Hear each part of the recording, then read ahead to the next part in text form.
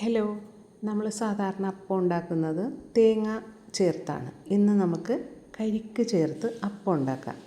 കുറച്ച് കരിക്കെടുത്ത് മിക്സിയിലേക്കിട്ട് അതിൻ്റെ കൂടെ തന്നെ 1/2 ടീസ്പൂൺ പെരുംജീരകം, വലിയ ജീരകം അതും ചേർത്ത് ആവശ്യത്തിന് ഉപ്പും കുറച്ച് പഞ്ചസാര, അത് കൂട്ടേ കുറയ്ക്കേ ചെയ്യാം.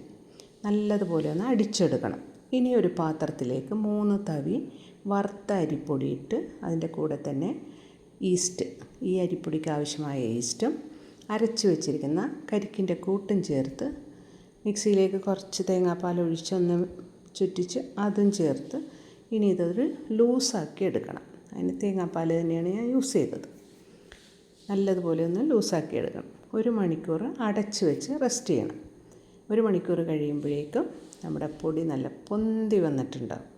ഒരു സ്റ്റീമർ വെച്ച് അതിലേക്ക് കുട്ടി കുട്ടി പാത്രം വെച്ച് കുറച്ച് കാഷ്യൂസ് പൊടിയായി എടുത്തത് ഇട്ട് ഈ മാവ് ഇതിലേക്ക് കോരി വെച്ച് അടച്ച് വെച്ച് വേവിക്കണം. അപ്പോൾ ദേ നമ്മുടെ അപ്പം റെഡി ആയിട്ടുണ്ട്. അപ്പോൾ എല്ലാവരും ഒന്ന് ട്രൈ ചെയ്ത് നോക്കണം. ടേസ്റ്റിയാണ്. എൻജോയ്.